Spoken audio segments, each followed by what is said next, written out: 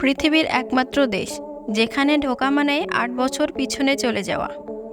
পৃথিবী এখন যে বছরে রয়েছে এ দেশ তার চেয়ে ৮ বছর পিছনে থাকে।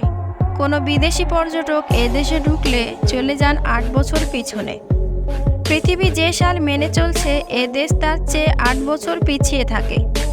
যে বছর মেনে কেউ এ দেশে প্রবেশ করলেন তাকে এ দেশের সীমানা পার করলেই ৮ বছর পিছিয়ে যেতে হবে।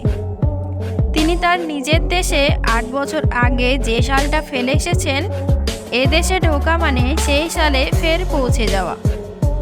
বিশ্বাস হচ্ছে না? না হওয়াটাই স্বাভাবিক। কিন্তু এমনও একটি দেশ রয়েছে এই পৃথিবীর বুকে যারা পৃথিবীর থেকে ৮ বছর পিছিয়ে চলে। দেশটি যথেষ্ট পরিচিত। গোটা বিশ্ব গ্রেগরিয়ান ক্যালেন্ডার মেনে চলে, যে ক্যালেন্ডারে যীশুখ্রিস্টের জন্ম ধরে সাল নির্ধারিত হয়। কিন্তু ইথিওপিয়া মেনে চলে তাদের নিজস্ব ইথিওপিয়ান ক্যালেন্ডার। সেই ক্যালেন্ডার গ্রেগরিয়ান ক্যালেন্ডারের সঙ্গে মেলে না। তা গ্রেগরিয়ান ক্যালেন্ডারের চেয়ে ৮ বছর পিছিয়ে থাকে। গ্রেগরিয়ান ক্যালেন্ডারের ১১ সেপ্টেম্বর ইথিওপিয়ান ক্যালেন্ডারের নববর্ষ। এই ক্যালেন্ডারে আবার ১২ মাসে বছর নয়, ১৩ মাসে বছর হয়। এটা পর্যটক বা সে দেশে অন্য কোনো কাজে যাওয়া ভিনদেশীদের জন্য বেজায় সমস্যার কারণ হয়। কারণ আফ্রিকার এই রাষ্ট্র ৮ বছর পিছিয়ে চলে। মনে হয় যেন তাদের কেউ টাইম মেশিনে চাপিয়ে পিছনে নিয়ে চলে গেছে। আফ্রিকার সবচেয়ে পুরনো স্বাধীন রাষ্ট্র ইথিওপিয়া তাদের এই প্রাচীন রীতি কিন্তু সময়ের সঙ্গে বদলায়নি। তারা এখনও তাদের ইথিওপিয়ান ক্যালেন্ডার মেনেই চলে। এবার আমরা জানব হলুদ তরমুজ কি খাওয়া উচিত? তীব্র গরমে শরীরকে সতেজ রাখতে অনেকেই তরমুজ খান। তরমুজ বলতে লালই বোঝেন সকলে, কিন্তু হলুদ তরমুজও হয়।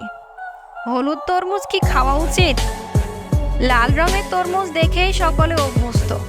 টমেটো বললে যেমন লাল টমেটো, ঢ্যাঁড়স বললে যেমন সবুজ ঢ্যাঁড়স, ঝিঙে বললে যেমন সবুজের গায়ে শক্ত ডোরা বোঝায়, তেমন তরমুজ বললেই লালই বোঝায়।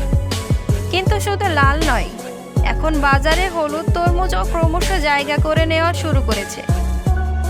বিভিন্ন বাজারে এখন হলুদ তরমুজ আসতে শুরু করেছে। উপর থেকে অবশ্য বোঝার উপায় তেমন নেই ভিতরটা লাল না হলুদ, তবে ব্যবসায়ীরা তার খবর রাখেন। তাই তারা সহজে বলে দেবেন কোন তরমুজের ভেতরটা লাল আর কোনটার হলুদ। তরমুজ হলুদ রঙের দেখলে অনেকের মনেই সন্দেহ জাগতে পারে যে তা খাওয়া উচিত কিনা। তবে বিশেষজ্ঞরা জানাচ্ছেন হলুদ তরমুজ খারাপ কিছু নয়। হলুদ তরমুজ লাল তরমুজের মতোই উপকারী। বরং হলুদ তরমুজ লালের চেয়ে অনেক বেশি মিষ্টি হয়। অনেকটা মধুর মতো মিষ্টি বলেই এর পরিচিতি। অনেকে লাল আর হলুদ তরমুজ কিনে একসঙ্গে মিশিয়ে খেতে পছন্দ করেন। এতে দেখতেও ভালো হয়, আবার খেতেও বেশ ভালো লাগে। খাদ্যগুণের প্রশ্নে লাল এবং হলুদ দুই ধরনের তরমুজই উপকারী, তবে হলুদ তরমুজের উপকার সামান্য হলেও বেশি। তরমুজ হলুদ হোক বা লাল, গরমে দৈনিক তরমুজ খাওয়াটা আবশ্যিক করে নিলে ভালো। তরমুজ শরীরের আর্দ্রতা বজায় রেখে শরীরকে সুস্থ রাখে। তো ভিউয়ার্স, আজকের ভিডিও এই পর্যন্ত। ভিডিওটি কেমন লাগলো কমেন্ট করে জানাবেন। আর আমার চ্যানেলে নতুন হয়ে থাকলে চ্যানেলটিকে সাবস্ক্রাইব করে পাশে থাকবেন।